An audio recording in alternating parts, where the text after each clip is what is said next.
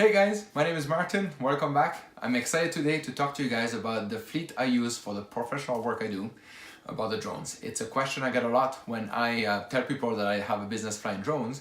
They usually ask, oh, what do you fly? And they're curious about the gear. So I'm going to talk about the gear.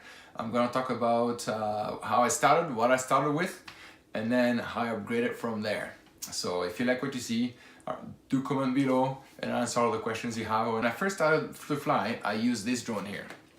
This one is a 3DR Solo. It came out probably 5 years ago now. When I first bought it, it was a new thing. It was a cool drone to start with. Very simple setup. You have your drone here and you have your camera here, and all you do is that's a GoPro. You just put a GoPro in there, and with the controller you can see what it sees, and you fly off and make movies. Great little setup, good way to start.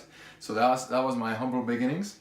But then when you use something professionally, well, guess what? You have to upgrade. So this guy, just the guy itself, is about $1,000 for the drone. It was decent at the time for an entry-level drone.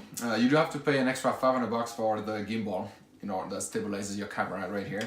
And then you have to buy a decent GoPro at the time. So I used a GoPro Hero 4. It was about $800 at the time. So if you add that up, that'll tell you how much money it'll get you to help you start, or help me start my business. So that's what I did. One of the things that I upgraded was the camera on it. The GoPro, you can do a lot of settings inside the GoPro, but to use it professionally, you need to change a few things. So here's what I did. I got another GoPro Hero 4 at the time because I was a top of the line small camera for drones, but I modified it. I got this front that goes on it from a Canadian company called Backbone Ribcage. Great little thing to do. So what you do is you take your regular camera, your regular GoPro here, and you have to take the face off of it and take it all apart. So if you're not techie, it might be tricky to do. And you assemble it back with this front on it. Here's a close-up of it. And so this front was about $400. And what it allows you to do is now I can change the lens on there. I can unscrew this lens and put different kinds of lens on there. So now I can do different kinds of work with it. And you can change filters in there, so you can it makes it a lot more flexible to do many different kind of jobs with it. So that came with a package. It also, because you're modifying the camera, you have to modify the drone. So we had to add it came with the package, a whole bunch of weights that go behind the stabilizer, the gimbal here. So what we did is that when you change the lens, you have to compensate for the extra weight the lens added for the flight. And what we also did, we also upgraded the propellers on the drone.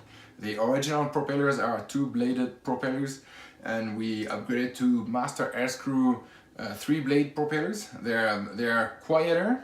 They claim they're quieter. They are quieter, but not as much as you think. They still make quite a bit of noise, but they create a lot more lift. So what it does, it allows you to fly longer because your battery life stays the same on the drone. So if you can extend that a little bit, it's a good thing to do. So with propellers, we can achieve that.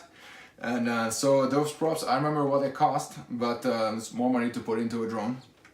So that was the first rig I used when I started flying, and it still has bugs stuck in the front. So this is the first one, and then we did upgrade after that to other drones. We upgraded to the DJI Mavic Pro. It's about $1,000 to $1,200 drone right there. But because we use it quite a bit, we did a few mods. We put some aftermarket props on there. Same company as these props, Master Air Screw. Now these guys surprisingly make this drone a lot quieter, which is great, especially if you do indoor jobs with the drone, warehouses and all this. The noise can be distracting the people that are working with you. So with those props, it's actually a lot quieter. So people are not distracted. You still hear it, but it's a lot quieter.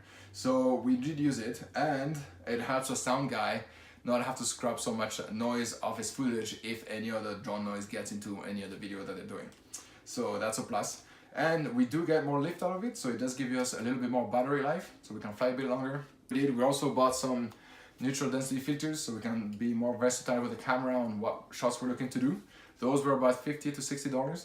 And yeah, they're also DJI. We bought DJI so it would fit with this and we didn't have to modify anything. So this is the two main drones we use. We got 2 of the big ones, 3 of the small ones, and that's a lot of things we use for our drone shoots. So before we go, I'll give you one more tip. If you're looking to actually increase your piloting skills behind the drone, get some very cool shots, very technical shots. A drone that's fun to use to practice with is a race drone. A lot of people actually never heard of those before. They're actually very cool. They're very quick, they're very fast drones. They're a rush to fly. But the thing they have, or I should say they don't have, is that they don't have any of the fancy tech the big drones have. So these guys, when you're flying them, you're constantly controlling them. They don't stay still. With, let's say, the DJI Mavic Pro, if you set it somewhere in the air, it'll hover there for a while. These guys, it'll start drifting left, right, so you have to constantly correct for it. And because of that, it'll teach you how to fly a drone properly. And I do recommend you find a big empty space to fly these ones. They go pretty quick, and you are going to crash them, unfortunately. Most people try to avoid that. That's why I'm saying use a smaller drone. Those guys are about $300, an entry-level race drone. They're all fun, they're very strong. And if you do buy one of those, do buy a lot of spare props, because you're not always gonna crash it, but you're gonna have rough landings, and the props being low to the ground, you're gonna break a lot of them. But they're a great way to learn to fly. And another fun thing to do with those is it comes separately, but they do have goggles. And a lot of people haven't seen those style. It's a goggle that has screens in it. And what you do is the live feed of the camera gets played on the screens, and you put the goggles on and you see what it sees, and you're flying that drone as if you're in it. A lot of fun, but because you're flying first-person view through the camera, it's very limited what you see. Even though you think you see a lot when you look through the goggles, it's actually limited. So if you're gonna do that, I recommend you have friends with you so they can keep an eye out there for you. And if you're gonna fly those, I recommend you fly in an open space where there's no one around, so you can practice with it. And check the airspace you fly in. I'll post a link below so you know what airspace you should fly in and not fly in.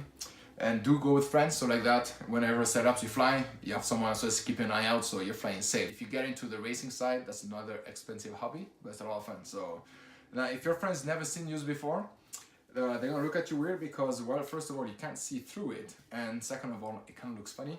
So, but if you use this setup here, you can learn a lot, and it's fun to fly, so you get to learn and have fun at the same time. So win-win. I do recommend you get some extra batteries when you buy one of those, because those batteries don't last very long compared to one of those more professional drones. But yeah, so I hope this is helpful. I hope you learned a lot today about the different drone setup, and I really enjoyed putting this together. So if you enjoyed it too, do subscribe, and I see you guys next time.